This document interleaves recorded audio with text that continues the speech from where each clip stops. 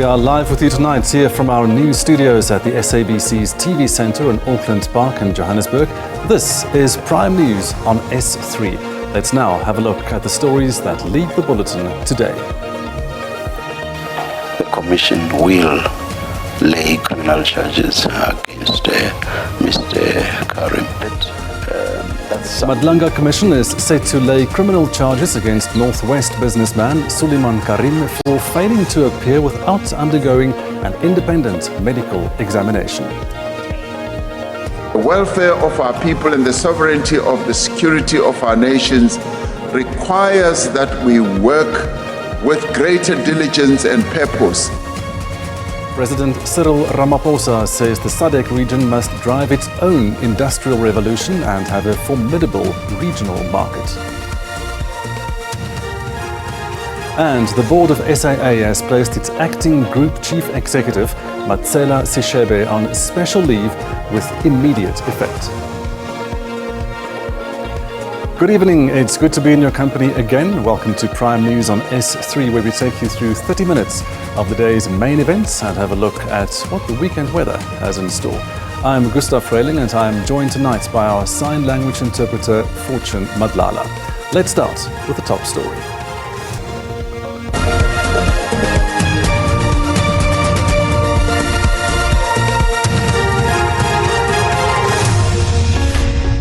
In a first, the Madlanga Commission is set to lay criminal charges against Northwest businessman Suleiman Karim due to the failure to honour the condition that would allow him to be excused from his scheduled appearance today. That is to subject himself to an independent medical examination. The Commission, however, will not push further for Karim to appear and have now placed this saga in the hands of the criminal justice system. Northwest businessman Suleiman Karim may have escaped the Madlanga Commission's witness box, but his legal troubles continue. This is Karim's no-show before the probe, coupled with the failure to voluntarily subject himself to an independent medical examination, resulted in the probe closing the chapter on Karim and resolving to lay criminal charges against him. Let me outright say the Commission is going to set the criminal process in motion. The Commission will direct the relevant functionary, and as you anticipated it, Mr. Premhid, that functionary will be Dr. Vuguza. This was followed by IDAC State Advocate Joshanta Ramsamy returning to the stand to lay bare the alleged targeting of high-ranking generals, Lieutenant General Dumsani Khumalo and General Fani Masemola, through the then Advocate Andrea Johnson-led IDAC, even though the latter agreed with the prosecution memo of Ramsamy that there was no prima facie case on this matter. I just knew after this meeting that there would be more illegalities. Why would they want to look for links with General Maseamola's daughter or investigate General Maseamola insofar as Mr. Matlala is concerned, when there was absolutely nothing pointing to any link with General Maseamola? Thank you. The hearings continue on Monday at 9:30 a.m. Kani Mapanga, SABC News, Pretoria.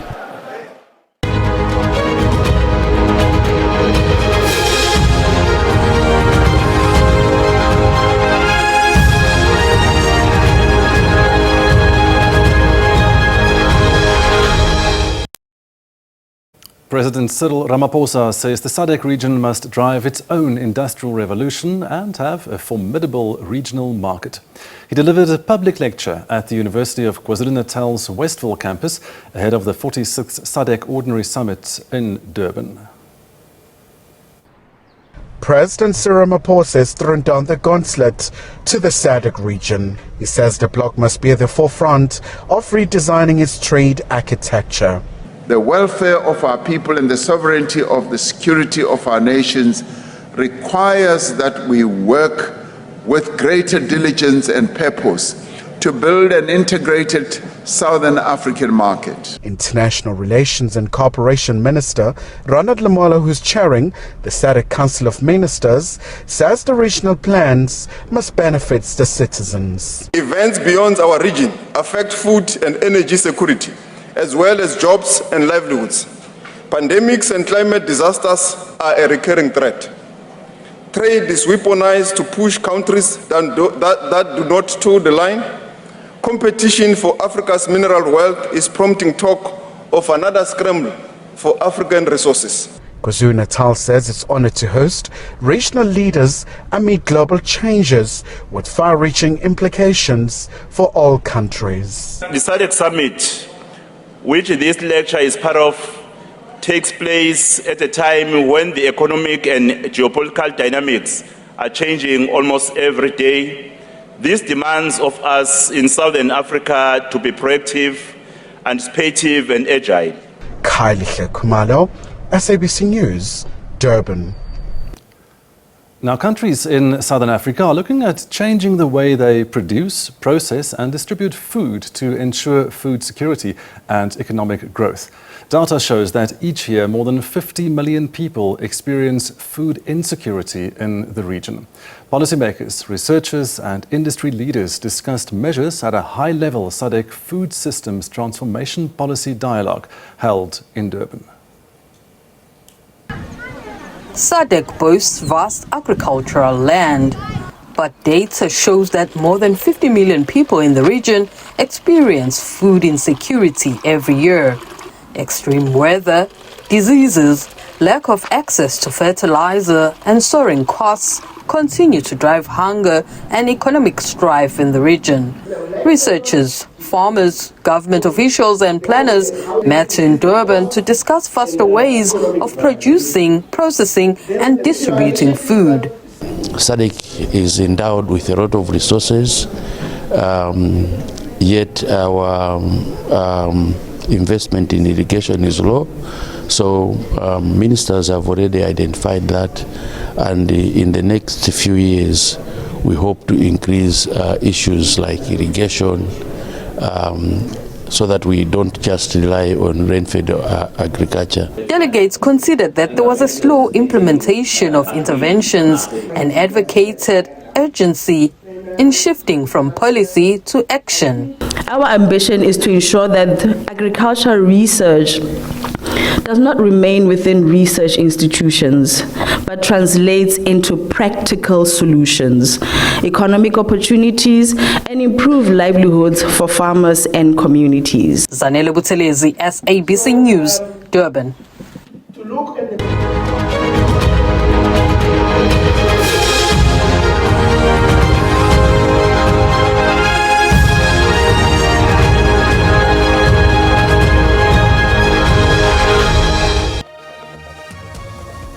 Right, when we return, the Constitutional Court has blocked energy giant Shell from renewing its offshore oil and gas exploration rights along the Wild Coast. More on that story after the break.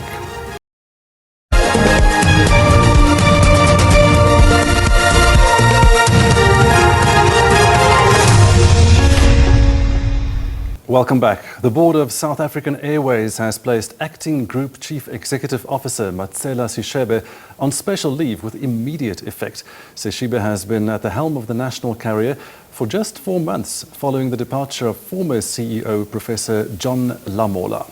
Now, in a statement released earlier today, SAA confirmed that Seshebe will remain on special leave pending the outcome of an internal process. Before taking up the top post at SAA, Seshebe served as the Chief Executive Officer of the airline's catering subsidiary, Air Chefs. His initial appointment was marred by controversy surrounding his past executive role at Daybreak Farms, where he faced allegations of governance failures. SAA's Chief Legal Officer, Kuki Mbeki, has now been appointed as Acting Group Chief Executive Officer to ensure leadership continuity. South Africa's Constitutional Court has blocked energy giant Shell from renewing its offshore oil and gas exploration rights along the Wild Coast. The landmark ruling ends a multi-year legal battle led by local fishing communities and environmental groups over flawed public consultation processes and marine protection. It's a matter that has dragged on for over 5 years in the courts, with the country's highest court now ruling in favor of coastal communities and environmental conservation organizations. The appeal is dismissed with costs, including cost of due counsel, to be paid jointly and severally by the appellants. 4, the first to the fourth respondents jointly and severally must pay the applicant's cost in this court. 5, each party must bear their own cost in relation to the application, insofar as it relates to the Supreme Court of Appeal's failure to determine the applicant's cross-appeal in that court. This was welcomed by environmental groups that served as applicants in the matter.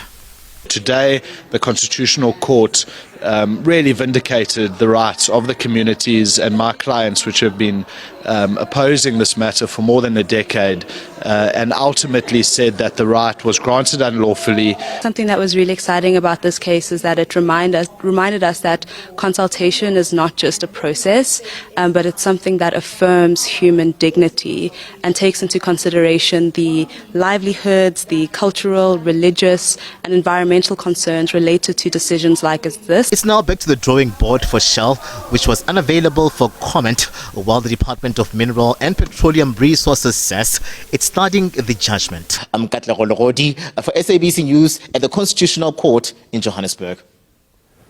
The bail application of suspended Ekurhuleni Metro Police Deputy Chief Julius Mkhwanazi and 5 others has been postponed to Tuesday next week at the Brakpan Magistrates Court. The case relates to the April 2022 abduction and murder of businessman Emmanuel Mbenze. Mbenze was allegedly tortured to death in Brakpan before his body was dumped into a dam. I deny the allegations against me and intend to plead not guilty to the charges preferred against me. I was furnished with a copy of the case docket to prepare for my disciplinary hearing. Having perused the statements contained in the case docket, I submit that the state's case against me is weak. The only evidence that implicates me in these offences is the hearsay evidence of the late witness van der Merwe. The latter's evidence is of a contradicting nature and will be severely challenged during the trial. I was summoned to the scene on the night of the incident and was involved in the search of the outside rooms of the premises. When I left the scene, nobody was injured that I know of. I deny that I assaulted anyone or was involved in any robbery.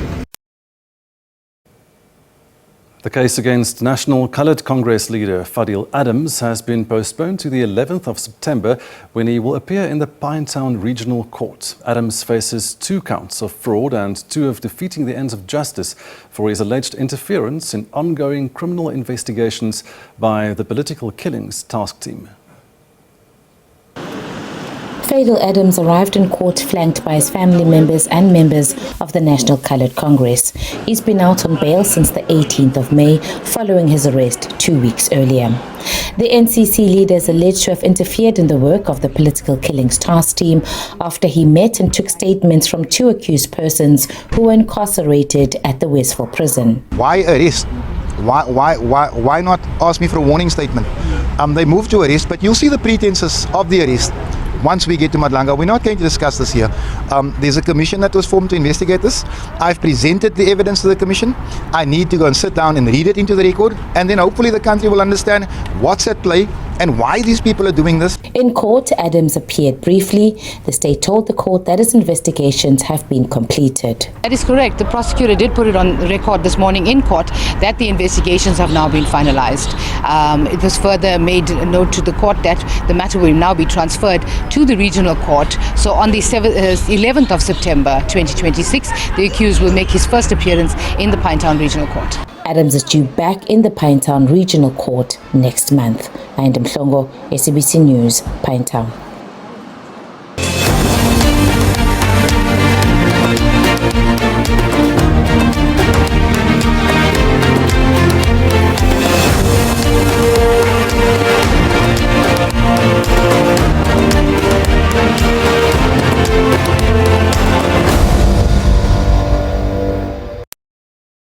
The African Christian Democratic Party is expected to unveil its manifesto and its mayoral candidates for various municipalities tomorrow. The launch will take place in Benoni in Gauteng at the Mseni Christian Centre. The party, which was founded in 1993, is a conservative Christian party whose policies are based on biblical principles. Now, the ACDP's 2021 local government election manifesto, its leader, the Reverend Kenneth Meshwe, focused on clean, ethical governance and administration as an answer to the country's ailing municipalities. Other key areas where the party zoomed in were infrastructural upgrades and opposing pandemic-era mandates. The party joins several other political organizations that have unveiled their mayoral candidates and manifestos ahead of the local government elections in November.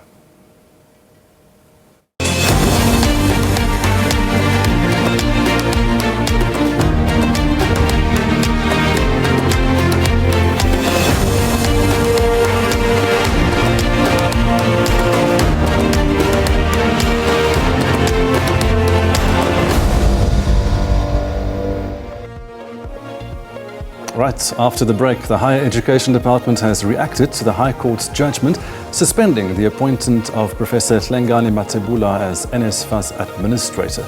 Details on that coming up.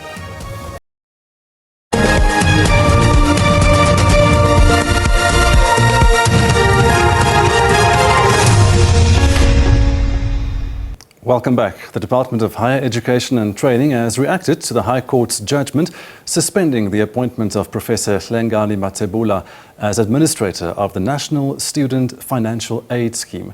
This follows the legal action brought by 7 NSFAS board members to the High Court in Pretoria, challenging Minister Buti Manamela's decision to dissolve the NSFAS board. Manamela subsequently placed the scheme under administration and appointed Mathebula as the administrator. Given the judgment, urgent consideration and has sought legal advice on its implications, including the available legal remedies and the appropriate steps to be taken. In the meantime, the department will take all necessary steps to ensure the continued effective functioning of NSFAS and, above all, that there is no disruption of student funding and other critical NSFAS functions. Right, time to join Paul at the weather desk now to hear if it will warm up this weekend. Here's tomorrow's forecast.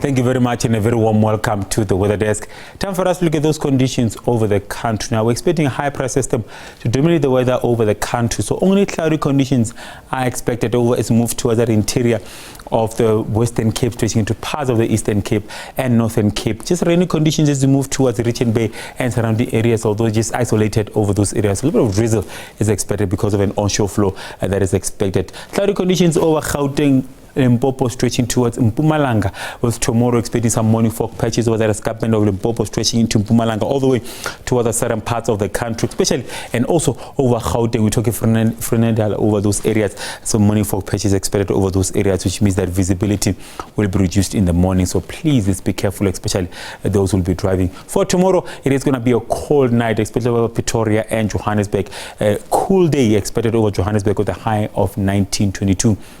Over Pretoria. Limpopo for tomorrow also expecting mild conditions overall. Musine 23. Cool conditions over Polokwane with a high of 19. Talking about cool conditions, area is going to be a cool day over Emelo with a high of 17. Emalahleni peaking at 18, starting off at 2. Moving towards KwaZulu-Natal, we have that onshore flow that's causing rainy conditions for tonight. But for tomorrow, it's going to be a cloudy day over Richards Bay with a high of 24. Pietermaritzburg and Durban and an average of 23. Eastern Cape for tomorrow, Maletswa is freezing for tonight with a low of -1, but peaking at 18 for tomorrow. It is going to be a cold night over Trabeca with a minimum of 10, peaking at 22. The Western Cape for tomorrow, cool conditions over Cape Town with a high of 19. Fernandel at 30. George peaking at 24. Moving towards the Northern Cape also for tomorrow. Morning fog patches over Springbok. Visibility removed in the morning. It is going to be a cold morning with a low of 10. 3 over Sunderland, 5 over Kuruman. Kimberley expecting a low of 6, peaking at 22. Overall, it is going to be a cool day over Free State, Bloemfontein at 20. Freezing over Bethlehem for tonight with a low of -3, peaking at 19. Rustenburg for tomorrow, relatively cool with a high of 21, with Mahikeng at 23. Bloemhof expecting a maximum of 20. Vryburg and also Tosca with an average of 23. That's all the weather I have for you. Stay tuned.